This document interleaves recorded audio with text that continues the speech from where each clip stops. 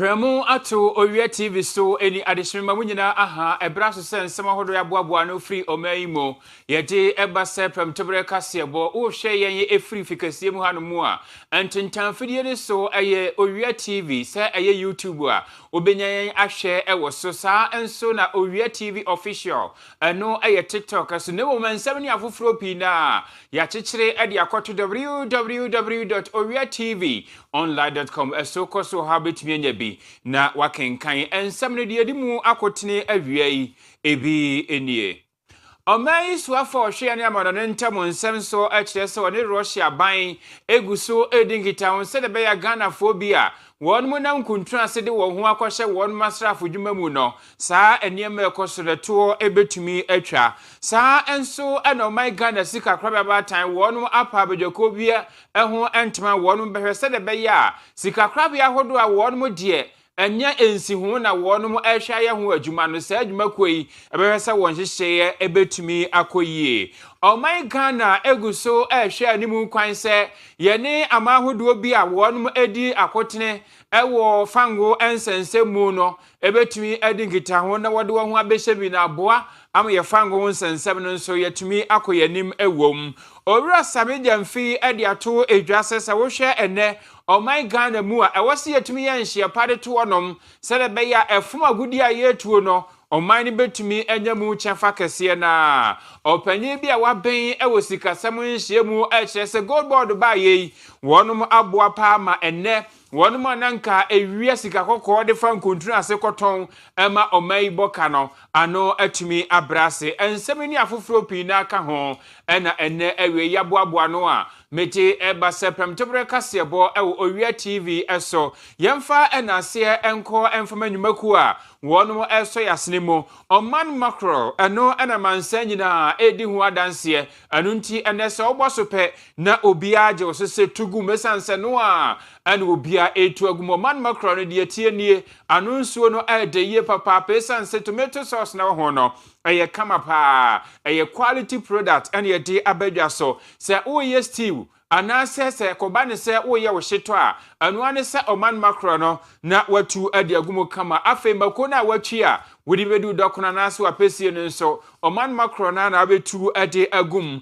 lai soup na ye tugum abekwan kura no utumi tugum ana afi nkate kwan se kura nso no utumi tugum na oman macro na nam na ewo no esusuye papa nu nti enhono se otugum a unya biwe kama pa enu nti still bi a wo ye de eye oman macro na ade begum emano eye de afiafia hodo restaurant ane wono a epese ye aduan mo onsa no bode eye oman macro na ane ye kanfo ede amawo sa wokomia hodo atonton ne ma say supermarket ne ba bia oso pe oman macro ano ana mansa nyina edi ho adanse ya no wafre 0242726379 and 0551205063 Oman macro dedodo die nyame ehraso enono Franco Enterprise said dana wusi no Eniema bi de se PVC pipes and PPR pipes ne fittings ni nyina no ne ho ana ado wani ba kire ana for valves ahodo ni nyina bi so taps and mixers no na ado wani achim wo Franco Enterprise akojo de water closet no se ene colors ahodo pi na ne wo ho de wo betena so na wanya comfortability atumi aya ho yie de enwa ne Franco Enterprise na for ni kire wo shower proof door se wo ho ana fei se wo pe 4-in-1 shower systems a ebi wo kama emadware ne ni kanina aye Franco Enterprise or Turkish doors ewo ho na fe China for one security doors papa da open mu a we safe ni nyina bi o Franco Enterprise either our plumbing accessories ahodo ni nyina bi on tiwe contractor say oye builder anasa ye plumber estate developers landlords no mo ka ho ni nyina no furniture mo Franco Enterprise o wadum or repair TV or repair from achiri ho na fe Franco Plaza and so elbofu yedu no afre 0551 2011767 and 0555047929 Franco Enterprise akasa nyumakoi and so yasemu a meje awiapem tobre kase boyi e baade himai ya mamunyina aha midin edinana kwame agyeman opamwo afei kasebo ni nkyeremu enie Samuel Kujato Ablakwa ayo meyi swafo hye ne amano ne ntem nsem so na odi atudwa wo kyese Ghana fo be se aduosiam yeno na ene Russia ane Ukraine to kwani mu wonum ato anan wonse do nyese bia na wonum te Russia na se Ukraine ho akakene mu ye nkofo a wonum anam kontru ase Ghana fo no yafa wonum ade akoshe Russia fo wonum asrafo ni mu a wonum ekọ saa akon no mofamu ato anan wonse do na sansem betodwa wa bra Russia wonum amano ne swafo Sergei Lavrov na owura Samuel Kujato Ablakwa anna hia na wonum didi ni nkomo anu no wade ato ne animu se ewose saa ne ma ekoso na tuo etimi twe sanse ni kwase nkontru ase yetimi fa Ghana ni kude ne de na kwa akɔhye asrafo adwuma mu ewo Russia se woni Ukraine fo asrafo mfa ngosi ani wose ekoba de se ya na entwaye emra ne nhia hodo eda ho no na oman no abuso anamso ma Ghana fo pi na ana wonum eto nanum ewonse do ewom owura Samuel Kujato Ablakwa kyerɛ se enkontabuo mu no Ghana fo aduosia bieno wonum ato nanum ewonse do wosanto kwachani no emu ba se dunum nso de oso hwe omo akiri kwan a huhu wonum ni nyina eye Ghana fo ankontru ase yede wonum akɔhye Russia fo asrafo adwuma ni mu a womo ane Ukraine edi akon ewo honom na no ana Lavrov no ane gyina mu adema Russia se womo ni ama hodo entam kitawudie betumi akoso wono nso de atudwa se ensam a wo ka no ewo se bibisa ekoso a ni nyina na Russia wonum aso ya womo ane hwe bambo ensam so na wo se wo hwe eye hu adwuma no wasanso a kyerɛ mu se ansa na obi kura no ofiri oman fufuro no bepese ode no wekɔ akɔhye Russia fo wonum asrafo dwuma mu no ewo nkrata ya nipa kura de ne nsa hye ase ebi wo ho yesikanti obi nso wo ho a oman no opese wo som anu ntina ma ne de ne ho kɔhye naso ni nyina nkanfu ano oman Ghana soafo a wo hwe ne ama no ne ntam nsam so kyerɛ se ni kwase kɔba ne sa se Ghana ne nkontru ase na yede na kɔhye asrafo dwuma mu a wakɔ akɔto ananm ewonse ensem bia Samuel Okujato Ablakwa de tudwa eni. In a bilateral meeting we raised the matter of a growing number of Ghanaian youth who are being lured to fight in the Russia-Ukraine conflict, and we are seeing an increase in casualties. About 62 Ghanaians have lost their lives and 15 of them are missing. So I did raise the matter, and I'm happy with the response from Foreign Minister Lavrov, who has pledged that we can work together to stop these illegal recruitments happening on the blind side of our two governments, so that we can protect the lives of young people who are being lured on the front lines. So I want to assure Ghanaians back home that that matter, which is of concern to Ghanaians, how we work together to make sure our young people are protected and are safe. I have raised the matter, and I have received very encouraging response from Foreign Minister Lavrov, and we will continue to work together to Yemfree Samuel Okujato Ablakwa hodmoni yemfree ani enchiremu ewo my Ghana sika kwaba bad time wo o my sika kwaba bad time wo no aba abedwakuo bi adi na abedwakuo na wapa wo no ho ntema no aye brofo kasemo non-interest financial advisory council na nyina no adwuma wo no ebe ne se ye wo enyumaku ahodo bi a wonu mo edi sikasem ho dwuma na omo de ne de enye besia ana wonu mo de ma na omagye ho ensi ho anu nti womo de interest bi a enhyeda eni sa adwuma sa sikakra bi ahodo no wonu mo aye no ho sa bedwako na ebe hwese obetumi adoto niema ewo ho na aboa ma wonu mo nsudwumadie no atimi akoso ne kwaso ne sede emra ene eho enhye esitie na opasa adwumadie no ho entima no abadwako yi ase no ana omayi amrado a otayin sikakra batan no ano Dr. Johnson Pande Tesiama wote atu edwase sabedwaku a wopa won mo ntima no eso ewo mfaso yi papa won behwe na watumi atete niema ewo ho na ye kase sikakra ba bi wo ho a won mo de besia wode ema ninsihu bi anaso a na eno enche sika na mo de ma no eyefa mekwa obi gia eni kwanse okokotua wose ubetua de na nso nhihye eda ho a won mo de ye adwuma pepepe eno osanso eche sese okọ Ghana mrani mukura bibi e kan se section 18/1R no aye banks and a special deposit taking institution act 2016 yes share edito ho no o ma sheda abomra de ato ho a sa non interest financial no wo mo edebo ho brade na nso akiremu a emra no nko ama ne nwemu die awose etumi nya abadwakuo bi a wɔn betumi esim konwa na brano ensem bi a ɛfa saa sikakrabia hodo wɔn dwumadie ho no wɔn betumi atentene no nti ɛna saa advisory council apa wonteman ɛba bɛboa ma wɔn dwumadie atumi akoyie ensem ahodo bi a Dr. Johnson Pandit Esiama ɔde tudwa eni as members of NIFAC reflects the confidence that is placed in the competence, integrity, and professional standing that you have. Collectively, you bring expertise across banking, across finance, across governance, accounting, law, economics, and of course, non-interest financial principles. That range of knowledge does matter, because the questions that will come before you will not always have simple answers. You will be required to assess new products.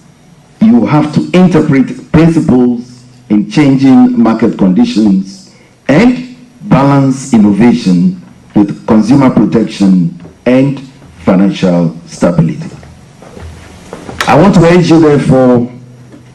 Executive Officer Owia Ghana Gold Board no Owia Sami Jemfi. What ya two edwase ewose aban tokos no wotumi ya nhyepa na wode to akwam se de be ya efum agudie titru ni gold ayetu ewo my Ghana mu no ye betumi enya mu chefa kese na wochemi se o maye ntimi ntonkoso na efum agudie yesika kokwa ayetu ewo my Ghana mu no abrebia ne ye ni na ehwe ne wo ye ne ankasa se betumi akase wo mu ete Ghana wo mu efri Ghana no wo mu so edi akotene wo fuma gudie tuo ni mu no enkonko ba ne saade ye nikwase ye tenase ema eyese ya anunti ana wo mu guso eye nhye sese duru efa bia Ghana fo betumi anyamu chefa kese na efuma gudie yetuo se eye ni nkuma mu anase na kese mu nyina no Ghana fo din ebetumi apiepie mu o se emfie bebre ni ana ma yetu sika kokko ya nanso yetu a ne yaso ni nyina de kwamno ne akwa akoton etoda mpo a Ghana ni a wote hanom a yetu sika kokko no wona asase so no wonfa na ni sei ehu sika kokko ni bida wo se sidai ana kokko ba ne sei ne titru pa ne wo no mu a etu afuma gudi akese abrofo kasemu ye kan se large scale minus no wo se no akoye enyumaku a wo no mfra no ne nko a ana wo no de wo ho ahyehjem eni kwa se koba ne sa anunti wo no guso ne nhye pa etu akwam se de be ya enu pempenso obi no na ye bodin wo no etu afuma gudi ase ye na kese mu anase ne nkuma mu wo my Ghana ha no na eye Ghana fo ma ene dimu akotini ye papa o se eba ne se ya o man nso benya mfaspoduo e de afri mesanse enhye ya kane ne da ho no esanse wo no efri amono ne na etunti no omu wi a se omu beda ne mu o se omu na ne mu no maso ne nyina e de kwamono ne amasika no akwa akodi ho no meba ne sa emua mo my Ghana sikasem entumi anduto yi ensem bia Owia Sami Jemfi attitude. Ladies and gentlemen, we must promote more indigenous ownership of mines. We must support Ghanaian capital to participate in meaningful exploration, mine development, mine services, and value addition. You can't get more from mining if you don't own the mines. We must expand geological work, open new fields responsibly, and ensure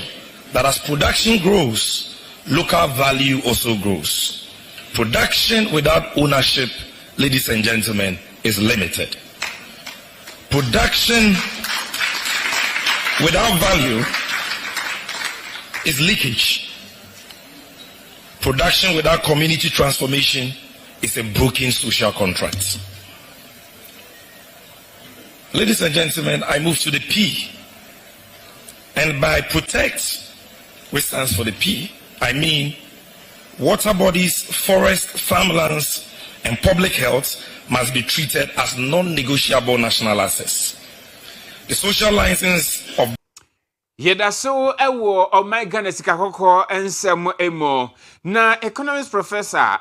Godfred Alufa Bopin what the two edwase gold board nhihye ya ebae no aboa oman Ghana ye papa amankophobia nanka wonmo etusika kokko ya wonmo na nkontuna asekoton ema oman hyeda enya somfaso ni nyina no ano atumi abrase wosesa wo hwe oman Ghana ebre bia besneko se yebu nkonta yetumi kasesika kokko a efri oman mu kwa amene no ne dodo eyese nanso ne se ubu nkonta kro na de ba oman Ghana mu na wo kiremu se emfaso bei ane enya ade free mu a na utumi se sika na ekwa amonone a won matwro ade agu nkrata so amonone no ene de enya asomfaso oman Ghana mu no na emu waye papa na no wo bisa se de enti na koba ne sa ne nyina eyese enkofo bia na won mutu afumagudie no na won mu na nkontra ase kokotonti ene me koba ne sa nanso ene ya gold board eba asetran won mu atun aye nhyeya ama won mu a nanka wo fa nkontra ase na wo tusika kokko wi a won mu de adwane akwa amonone akoton ni nyina no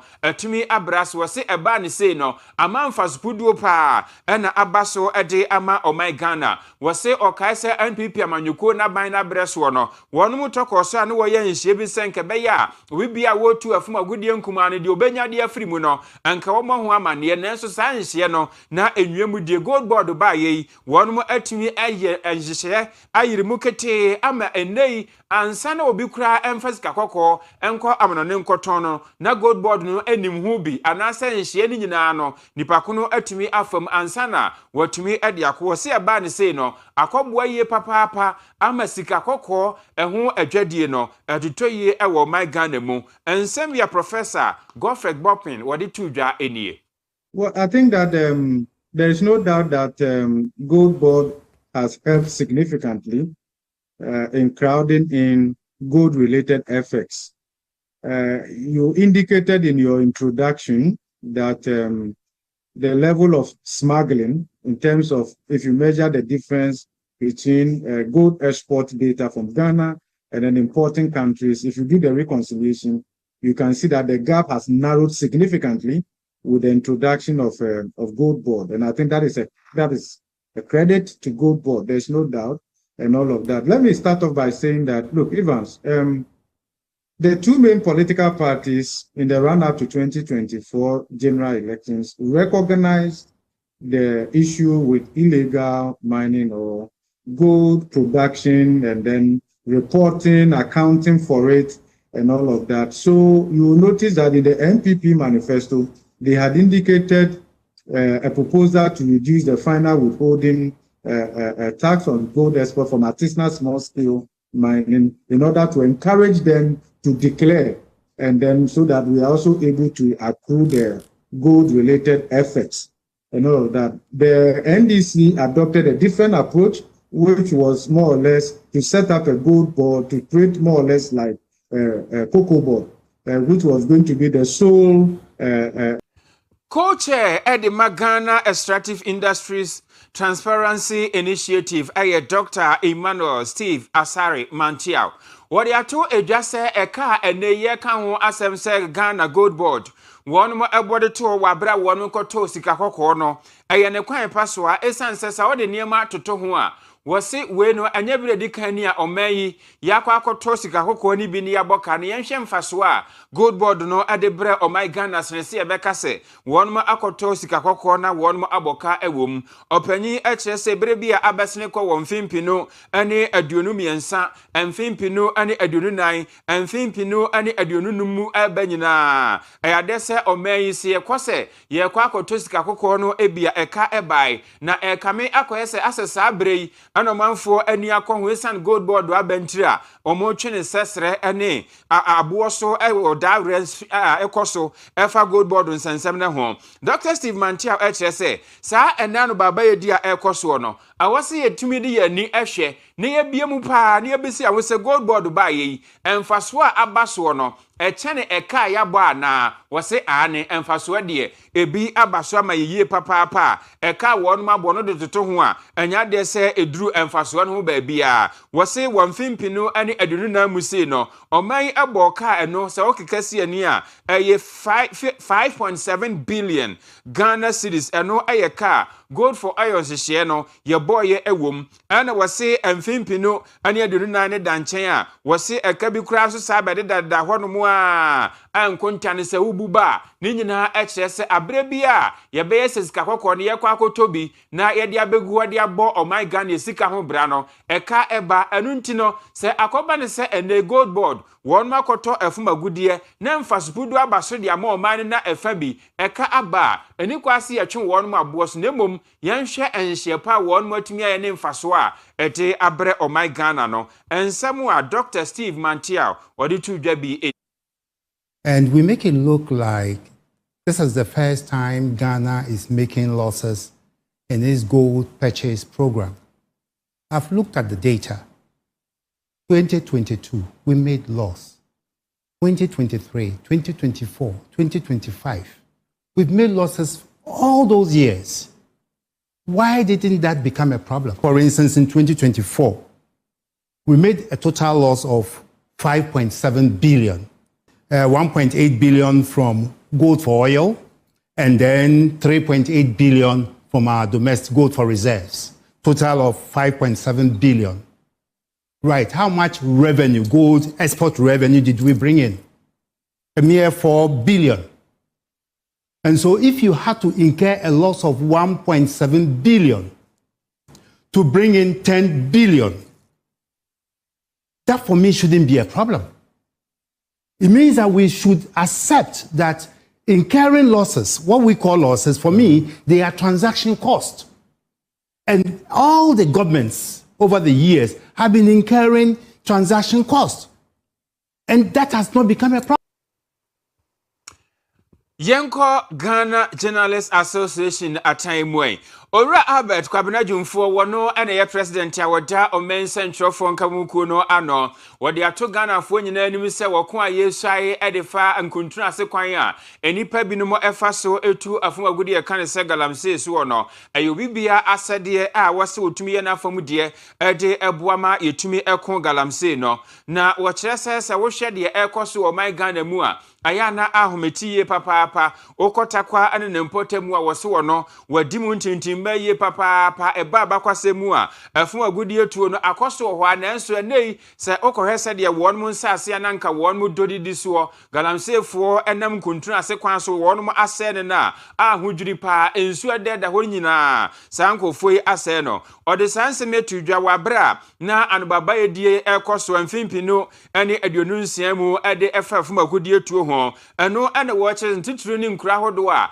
eho anafum agudie tuo no ekoso no wonum ehuna maniye papa ntini kwa se yeja wonum asa akwa ewose yepe kwanpa ibetimi afa so etu afum agudie na enkonya kuruba no anase wonum nso a wonum edua atosede ane niam ahodo ohoma omanfo nya bidi no womuso ensinsuaso wose ebinim ho a eyatirimu odin sempa wonum se ensu ye dahoi anum no omanfo no nom na nso afum agudie se eye ne kwan pa so se eye ne kwan boni nso onu befa ade anya ne huntini wakwati agum na wo sensu no se saa niema no ewo se tuotumi twakra ani ntino Ghana ni bia mfa ne hunyim se de be ya galamse no ye betumi atu eso esa ensem a owura Albert Kwabena Jumfo ade tu dwani. Economic value must be considered alongside social and environmental responsibility. This is the balance we must pursue. Takwa, where the debate becomes personal. For me, this conversation is not theoretical. I come from Takwa, one of Ghana's historic mining areas. I have seen what mining can contribute. I have seen the businesses and livelihoods connected to the industry. I have seen the opportunities that mining can create for communities and individuals. But I have also seen the other side. I have witnessed the pressure mining can place on the environment, our lands, and our water bodies. For someone from a mining community, this debate is about more than statistics. It is about the river that people depend on. It is about farmland. It is about livelihoods. And it is about what happens to the community when the minerals are eventually exhausted. That experience has shaped my passion for responsible mining. As president of the Ghana Journalists Association and a member of the Ghana Coalition Against Galamsey,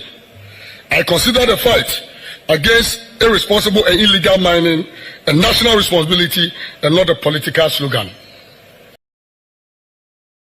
Na owura Albert Kwabradwumfo amanuanso sanso ade ato edwase ene se wuti a enkoma ekoso ni nyina akogina se sika ene mfaso yenya ade free efumagudi a yetuo tise sika kokko ni mu no eno ene ade a yani esiso na yedi ho enkomo nemom ensunsanso a enya ewo yensu ansuwa ena afi atena yeso ne de yemu nkonta emfa enkyere wo kyeremu enikwase yetenase na abrebia yedi yani esi mfaso no so nemom yentra se oman na yensese enhwe hu se efumagudi ani yetu sika kokko no bade yenya mfaso ade free mu na enso no yade toto ho a yensu ansuwa no emfaso bai ana no nso ede baso anase zunsanso enya woso ne tesei yensase ahodo edo edidi so no ensunsanso bai ana enya ewoso sanso na bai apomuden ensensem a anu sunsanso bai na enya enkroto ahodo yetu safo agudi no woso no omo sunsanso bone bai ana ekọ won mo so wasini nyina ya ade a awose yetumi kekabo meniko asa abrebia no na yade ani azisu se yetu afuma gudie sei yenyamfaso sei na di free mu sika sei na ba ewoso sei ba ne sa na ye ne oman no ani ne yie yitiru ne nkro ahodo a yetu afuma gudie no ewo mu no na no ene woto aso akyeremu se emia yetu fom agudie no wo mo ho akyere won pa amanuhunu a won mu kom no anya asem kuma esanse wasase a wodo edidi so na obehwe fom agudie ne yetu ewoso ba ne se ya wunya baabi eno ane wadidi ni nyina eyensunsanso a eba ni kwase oman no yebu yani egusa eniema no eso anu nso nsem bi a odi tudwa eni. The environment must be part of the mining equation. Illegal mining has placed enormous pressure on some of our rivers, forests, and farmlands. But behind every polluted river is a what? It's a human story. There is a community. There is a farmer. There is a household. There is a child. There is somebody who will eventually pay for damage. That is why we must look at mining beyond the gold extracted from the ground. Gold has economic value, but so does water. So does fertile land. So does a healthy environment. And once these resources are seriously damaged, restoring them is not as simple as replacing a lost financial figure. The real question, therefore, is whether Ghana can benefit from its mineral resources while protecting the natural system that sustains life. That is not an argument against mining. It is an argument for responsible mining. New Chairman, social license must be earned. This brings me back to the theme of this dialogue. A mining company may have obtained every legal permit required to operate, but a legal license does not automatically guarantee acceptance by the community. A license gives you the right to operate. That gives you the social license. Yawada Omain Central for Kamuku ano Owia Albert Kwabradwumfo wono ene de sansemi etudwa. Accra High Court akwasetana na wono mo ahye se chema wuntumi mechire kane titrani edema NPP amanyuko asante mantamu a ebrebi a abesene kwa won mu di na asem no na kotum ewo eneduafie mfinhia aduonu na won atwa ede amano no na court no a ene wuntumi aloyafo ede akotum ni nyina eyese nka won mu nhwe ema esanse wokope entimu wona asem ni mu ntino anka yema ni bedi nanka chema wuntumi ne duafie a woda no wontumi anya fa ahodie kakra kopem se na asem no yebesanso atena so na yatie bi mu na no ena bill application a wonu de kotum no court no atena so a wonu ahye se October bosomida etoso dunum na sa application no obehwe no watumi atena so na wahwe se chema wuntumi se yebema ne bedi anase mani bedi sada no ana court no ebekire lawyer ni a wogina mu anka wotwitwa ede agechema wuntumi ewo asem mu Owura Samuel Atachia na esane se enei court ena afei omaya temuafo ne aloyafo won mo akoma munti no Samuel Atachia antumi ankopiem na emomu no opanyina wono ana ye kwankyerefo a wono ehwe emra anu tuyeso edema NPP amanyukuo no Gary Nimakon wono ana kogina mu a ode ekoka asem ede ema chema wuntumi na court no eko asetena na wo kire se wonmu nyina tena se ama watietie mu a nemom chema wuntumi na asem no se yebema ne bedi anase yema ne bedi no wonmu atu ade akɔhye October bosome no ne de toso edunumeduru hɔ a na court no be kire se na asem no se wonmu se kotie no yema ne bedi anase yema ne bedi da no na wonmu ebetumi akire Yanko ahwodenie ensem emuai na omai suafo a wohwe ahwodenie ensem so aye John Abdullah Jinapo wode ato edwase omai ehwe anum kwan se enche kra no kontraja hodo be se enum ana yede yensa ebehye ase ni nyina aye wonmu a wonmu ani abere na opese wode wondwetire ebehye omai Ghana ye fango a yetu no emu wode tudwa wo kire se aban hihye ya wo baaye watumi ade ato akwam na ama ya akono yie pa ama manfo bi a wonu wa monone na wopese efum agudie aye fango no ho djuma wode wo ho ehyemu bie no wonu nso ani abere pa a wo kire se Ghana ha de aya akono a wonu pese wo ba wose ene yapono mo biebie di ato no amafa huhu adwadie ewo my Ghana mu no aya akono yie anu ntina ma akwakoba ne sei John Jinapo de sansemi tudwa wabra na Petroleum Commission wonu mfinhia dunum afedida na wopa hontema anu ana wo chemu se GNPC wonu ba ye adwuma de wonu nso ebobi yie papa wose na ni agye pa efa adwuma wonu mo eye ne ho wose abane ye na afamu de na nso GNPC nso wonu madwuma ana afa na mo wonu tutu no ni nyina eka ho bi ana ama eniema mu atumi ago a eneiwa omai Ghana mu a aye akono ede ama amahodo bi wonu mu a edifa ngo hu dwase wonu nso pese omai Ghana mu wo mo ba na obeye adwuma wose eba ne se anene omai Ghana ye fa ngo hu adwuma no ye betimi atretre mu yie pa ede nyuma beba na afo ye fa ngo hu nsensem no ebeko yie na afa mabunu no nso atumi anya bi aye ensem bi a owura John Abdullah Jinapo wadi tudwa enie. Our next phase must be to move Ghana from participation to capability, from capability to ownership, and from contracting to the creation of globally competitive Ghanaian enterprise. We want to see Ghanaian companies not only providing services to these international companies, but developing their financial strength, technical expertise, and technological capacity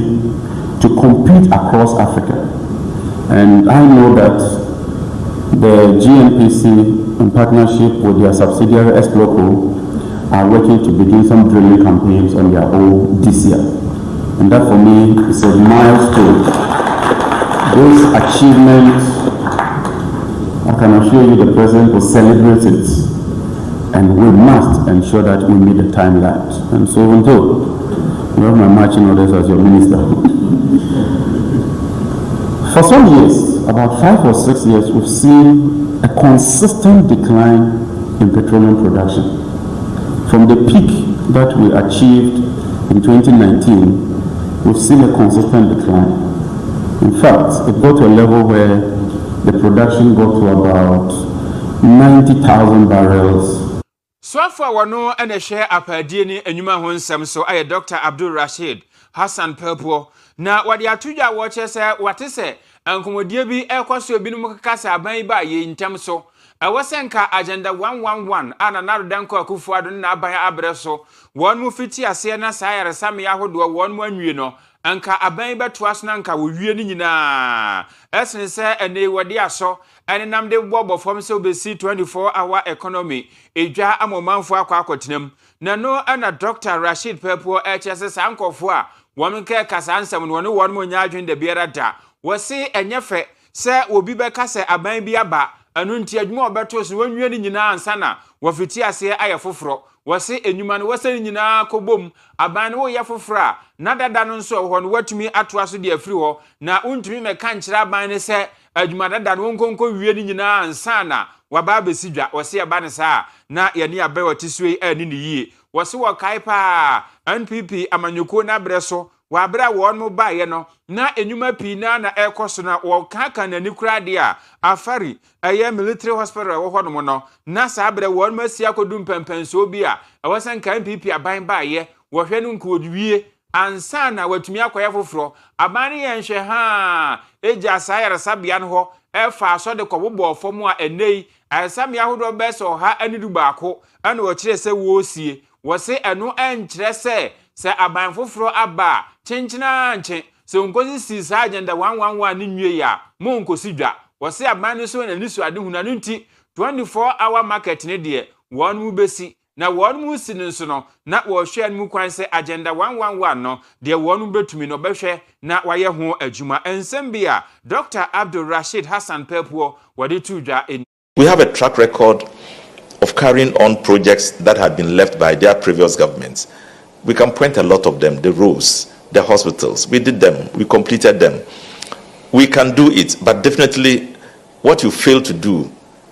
because of your inadequate attention to your duty, because of introducing practices that were illegal in construction, in carrying out governance, including huge levels of corruption. We cannot just come into government, give, which, what we tell the people we want to do, we give it all up, and then make your failed projects our priority. It's not possible. We know when we want to do it. You cannot force us into saying, take our projects as our priority. The military hospital, which which had been started, they came for 8 years, they didn't finish it. Within 15 months, they are saying, why is government not finishing our hospital? Wasn't it looking funny for you, for anybody to be saying that? It is strange that they can be blaming the NDC for what they failed to do. Jemfri ona yenko ensemfofro emo. Kani mampani abedi echira ene wono ane Franka Krafo Edema New Patriotic Party eko emfimpino ane adunungotwe abatuo mu Dr. Alhaji Mahmoud Bawumia ana enkontabuo bi a won ma ye ede abetu edwa echese sa wode no etoto NDC amanyukuo no won Franka Krafo a won mu de ne beko emfimpino ane adunungotwe abatuo ni mu a na enhwemu a won mo yeye edi frikita won sabosmeda etoso aduonu enson eba ebesi osanabosmini de etoso enson emu no echese Dr. Alhaji Mahmoud Bawumia wono ana ahiri adikan ewomo na ekuo bi efrene se Africa Policy Lens won mo ana koye sanhwemu ya wo chese mantam ahodo be se dunsia ni nyina mu ana Ghana fo won mo to aba ema ne yeye empimu dunsia ahankron aduosia miensa 16,963 ana obisabisa wonom ewo empesi ahodo ahanu aduoson ensia ni nyina mu na wose wode Dr. Alhaji Mahmoud Bawumia enesi ho a wose eniema omudi giregyina ho no eya ahodo bese enson ena omode toto ho na wose wonom nkontabuo mu no Dr. Bawumia enya ama no bese homu nchemu aduana enum akiri ponson ede ekokose homu nchemu aduanan enkro akiri ponkro ewo ho ni nyina ayomamu ni nyina nhwemu a won mo yeye wose ofa Owura Johnson esiedu nketia wono anene se kobase andi semanyuko ne Franka no ekitana konfimpino ane adunungotwe abatuo ni mu a wono enya ama no homu nchemu aduana enum akiripo enwotwe edikosi homu nchemu aduana mienu akiripo nan ewo ho afi Dr. Kaseɛ atofo senso no homu nchemu aduana enum akiripo nson edikosi homu nchemu aduana mienu akiripo nwotwe ana onyaye wose ofa Owura Haruna Idrisu a wono so homu nchemu aduanan enum akiripo nkron edikosi homu nchemu aduanan baako akiripo num ana ono nso onya ewo ho afi ofa Professor Nana Jenopoku Ajimamampanya bedi akira homu nchemu aduanan enson akiripo num edikosi homu nchemu aduanan akiripo mienu ana ono nso onya ye ewo ho Julius Debra wono nso homu nchemu aduanan wotwe akiripo nan edikosi homu nchemu aduasa enson akiripo nkron ana ono nso onya ye ose afei se ofa Owura Erikopoku anso de nisi wodomo a homu nchemu aduanan nkron akiripo nwotwe ekosi homu nchemu aduasa miensa akiripo enkron ewo ho Joshua Alabi Prof wono nso homu nchemu aduanan enkron akiripo nkron ekosi homu nchemu aduasa nan akiripo enan ana eno nso nyaye ewo ho ana wose wo kan nyina bomu a enso nso ye da Dr. Alhaji Mahmoud Bawumia ene enipa abobo won mu din asekoba se wonom ena ekotu franka de ama ndi samanyuko ne ntem no eye ho mu nchemu enso akiri pomienu ede kosi ho mu nchemu enkuna akiri pomiensa ni nyina ekire se Dr. Alhaji Mahmoud Bawumia ena wonu nhwemu a wonu koyeye no wahuri adikan ewomo na Dr. Hayford Ayrakwa Mensa wono eye lead researcher ede ema adwumaku a omon siseye mu no ebreme nyanso ye nanso obehu se mpanyinfo attitude bi ayi wonti a wohwe ne ndwumadie a woyɛ na wopɛsɛ wotu frankaa de ma NDC amanyɔkuo no nti wɛyɛ chairman ayi asɛdi nkɛte a mene wopɛsɛ bɛyɛ afe baako ntam ni a wɔdaase ɛbɔ nto a ɛkɔdaase ɔno nso so wɔawi ase da wofa wura Gideon Zebra ɔyɛ ne asɛ mu deɛ atofo sɛ ne ani abere Haruna Idris ani abere ɛma me gyen ɔno nso n'ani di akyire mpanyinfo de sɛ alabi nso ayi ne ti ɛrekɔpɔku ani wɔ mu nti nea ɛyɛ ne sɛ yɛpɛ sɛ yɛhwɛ sɛ ɛyɛ yɛn wura Bawumia a NDC-foɔ ayi ne sɛ frankatoni ne bɔbrɛ koraa ɛda a yɛpɛ sɛ ɛte sɛn ɛwɔ Ghana amanyɔsɛm mu in terms of his popularity na sɛ ɔno deɛ yɛyi ne yi deɛ yɛnim sɛ ɔno na ɛyɛ den a NDC-foɔ de ne ba na mmom NDC-foɔ yɛnnim nti no ɛsɛ yɛtumi de toto mpanyinfoɔ yi a ayiyi wɔn ti nti wofa Bawumia na ade natoto asɛdi nketea ho na ade nato ɔwura atofo so ho na ade nato ɛrekɔpɔku Haruna Idris ɛne mpanyinfoɔ a ɛdede so nyinaa ɛno na yɛwie biribiara no yɛkɔɔ Ghana wei normally yɛn post ayɛ no yɛ different one wei yɛ ne yɛfɛ no face to face nti yɛfɛ nipa a yɛtete wɔn na yɛsom adwuma nti yɛn confidence level for this data no ɛyɛ 99%. Ewie biribiara no na yɛn ne Ghanafoɔ a yɛtumi nkɔmmɔ yɛn mpɛmu dunsia hankron aduosia mmiɛnsa sɛ emu 45.8% sɛ ɔbɛto abanama Bawumia ɛna emu 42.4 sɛ asɛdi Edankuma mrasejafo bi won makofa krata wo kire se ene Henry na naboache dodo na friends na na bi no won ana omusu se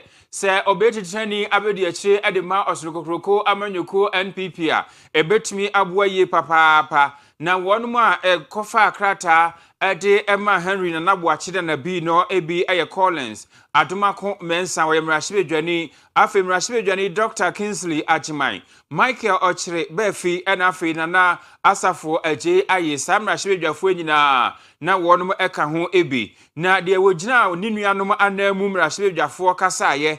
tafo pankro no mpasua so mrasebedwani eko Vincent Asefua anu ade etudwa sesa wo hwe Henry na naboache adodo na friends na bi na emfinhia be se aduonu nsia nie anu wade ne ho asiwo asom NPP amanyuko no na oyobi ofiti ase nketenkete saa anu wade abewie ewosoro na wose wotumire na wakire esie no wa bra na bi wogusoa ewo amanyuko no misa babunu no emfimpinu emu no we polling station agent ewo saa abato no emo enu so kra enanchen obesom ya ema Tescon wodi president ewo mu ewo Yumate afe nso Kwame Nkrumah suapon ni mu nso no wo ba ebehwe etoto niema kama afe obeye kwankyerefo ede maase event anase programs bi ekoso wo NPP amanyuko ni mabunu no enkrabatan mu nso na bi ebesum ewom afe wasanso ababaye mabunu domfrefo ena ene wadi dimu a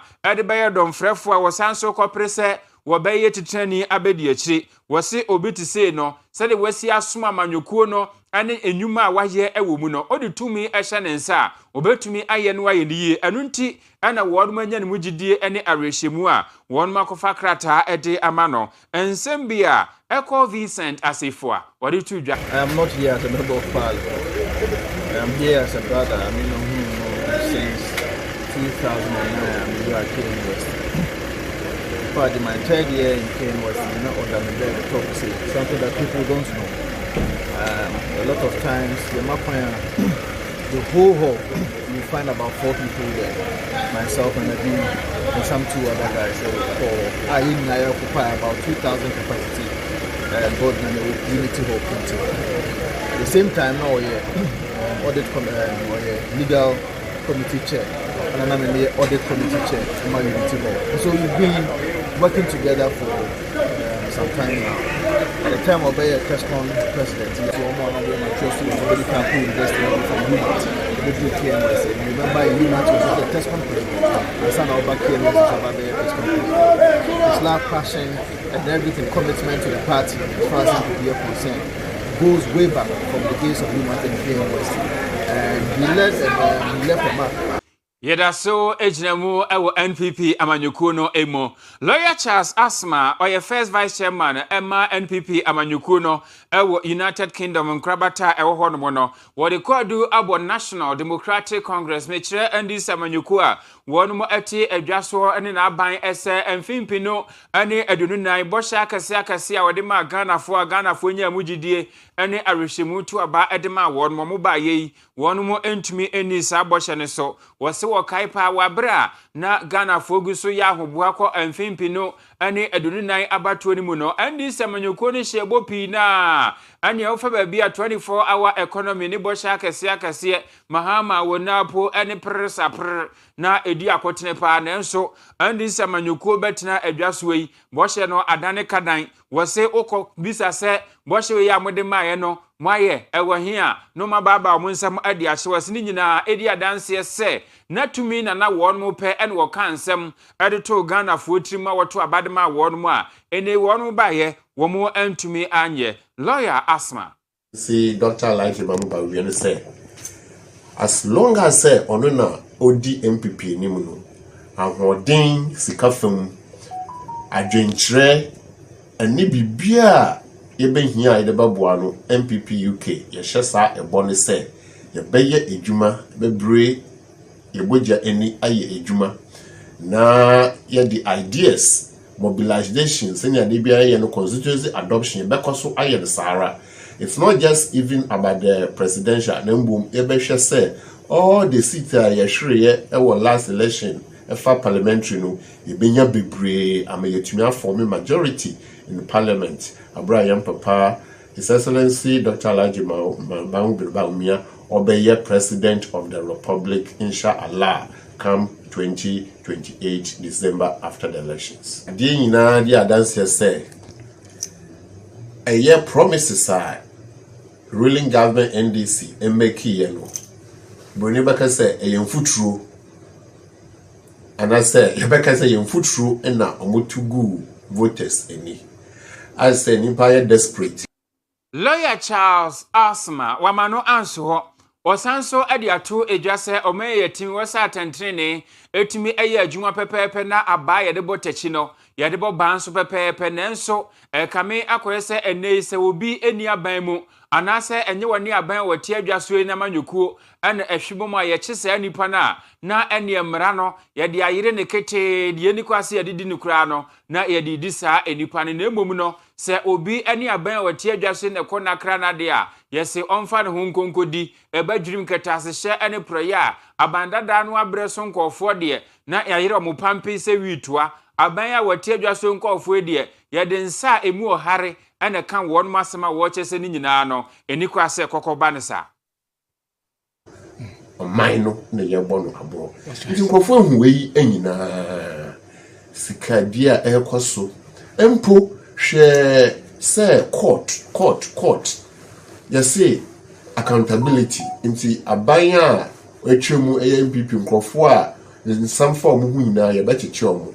na NDC time nkofo ansam bi form hu ayi omo kopie court NDC ba omo say oh ye de yansa atoso so mu nyina no ye ja omo so betumi atua nkwan de a wotua e beja o sa na eche de ade na omo ye obi asa ne mo omo peke no mo echusu ye see freedom of speech sisi ano obi asuro so obekasa because ukasa pe na ekoso kane no yesen yebe ejewo we kra na ma no suro enti we wa rehim kase se Ghana for afi MPP na MPP betu anamo a ebema rehim a enya foforo wa MPP mu no ebesan abrum na oman no afa ne ntamapa efro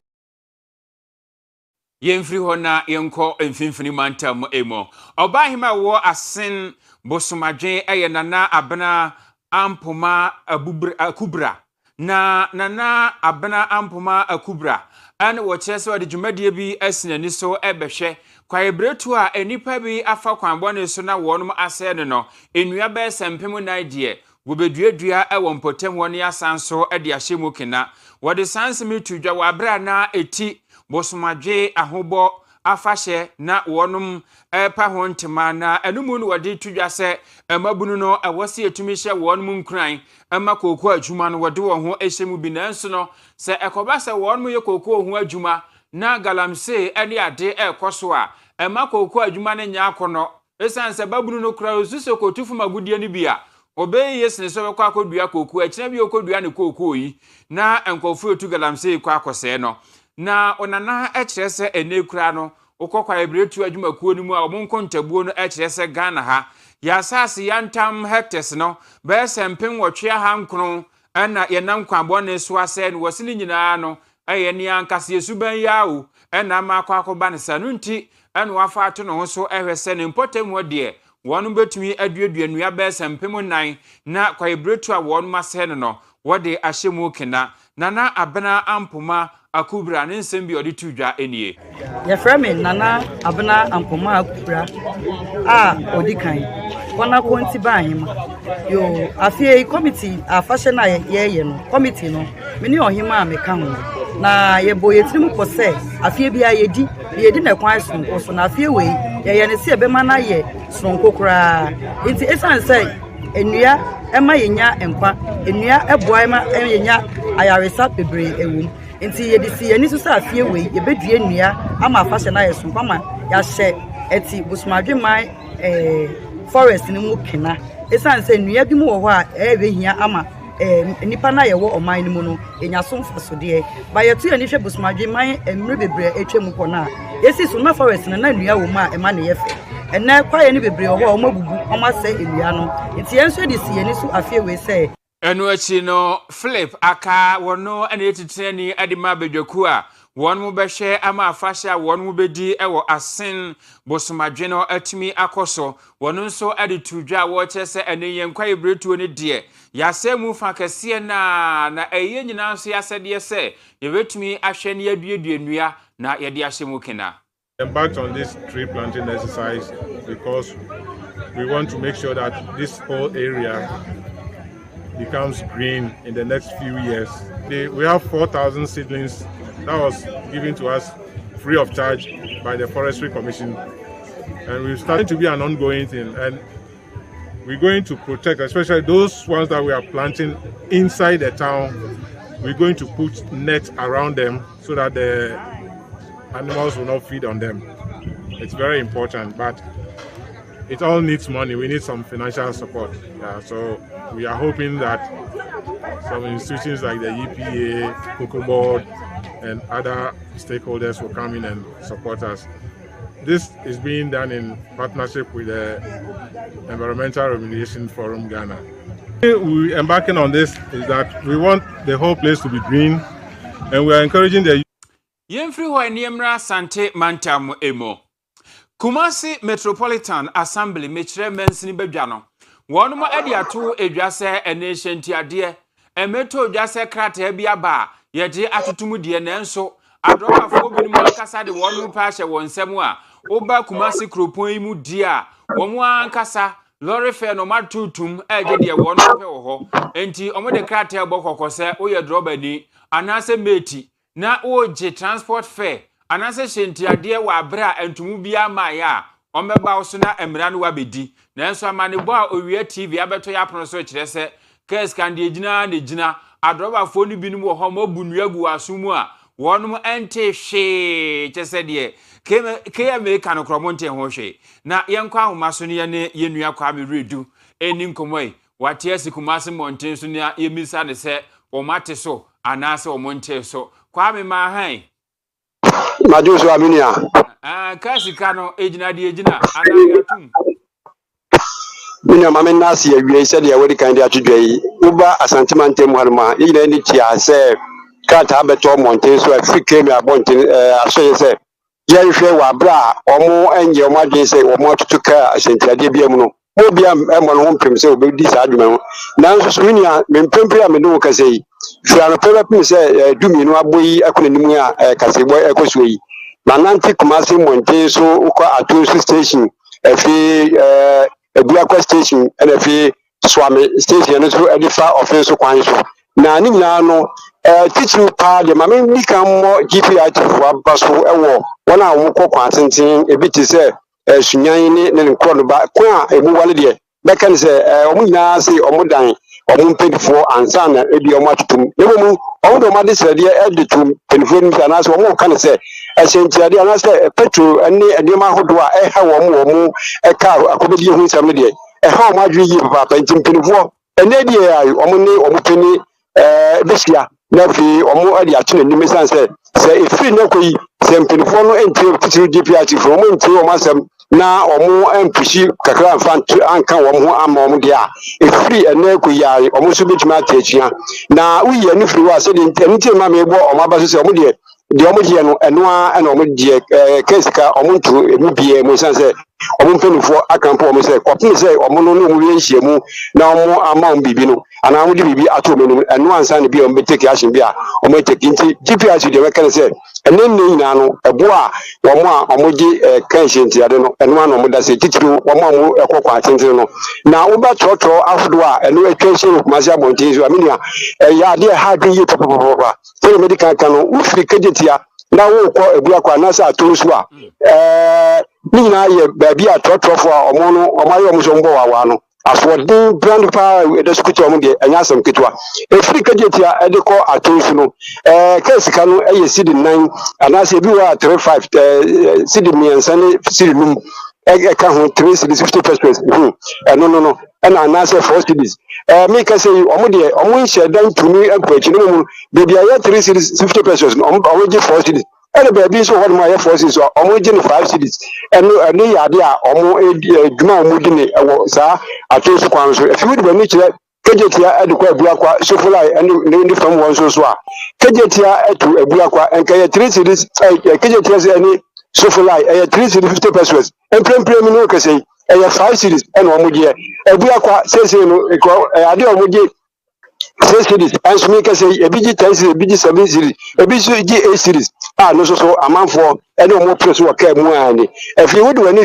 kejetia ede kokronom ene afrankin fam ho mo a enka Swami 3 cities 50 pesos empempe Swami omo gi 5 cities and afi enka kronom de enka 5 cities no ene omo gi ho so 10 cities a ubedu kejetia kontonkura no so no omo gina ho pain den awura hu sam se ya no bi nkura kan se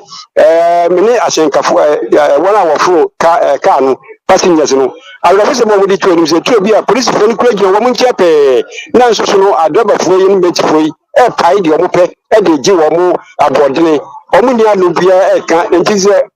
mpenifo se de omo di atudwa se kemi ede atudwa se ya de a omo enhwe se obi ni ho mo so to case enjetede mo wa afro de mekane se asobrachie pa ena omo yen Kumasi abonte a eno amanfo a omo furuka so na omo su e wo hominia Kwame ye da se wai baby a sa free Santas runabout bag ye stadium handum na 7 cities and omo de call 8 cities 50 pesos 8 cities 50 pesos ne kura to da sa o ma ne 10 cities a na wa misa on sesa na wo hwe wanim we see from on ka hwe na ode ahye ni botom na free hanom eko Santase na 8 cities and ebiji 10 cities ebiji 9 cities e wo honom ti say ofro ka na aje say ubisa say ebo ne yesay ti kwame da se yemfansia na yehwe na empanyimfo nso wonom entu ho anamo abusun ebegina ne so na yede na se ama oman makro na afei Fanko Enterprise wonom ni nyumaku a wonom eso yasrim emedi awia premtebere ka se boyi efri Owia TV so ebae na se enkoma newsroom aboafo kuku afei akosia somua wonom ana boabo ansem na no samufo ayewura asante yebo Benedict na afei obapa ya Grace director Nelson Owusu wono ana videos ni ade osone so kamane kinkan mu awiei ayeme nana Kwame Achiman opambo nemom yosese beauty yedamwase ama mumu anehwe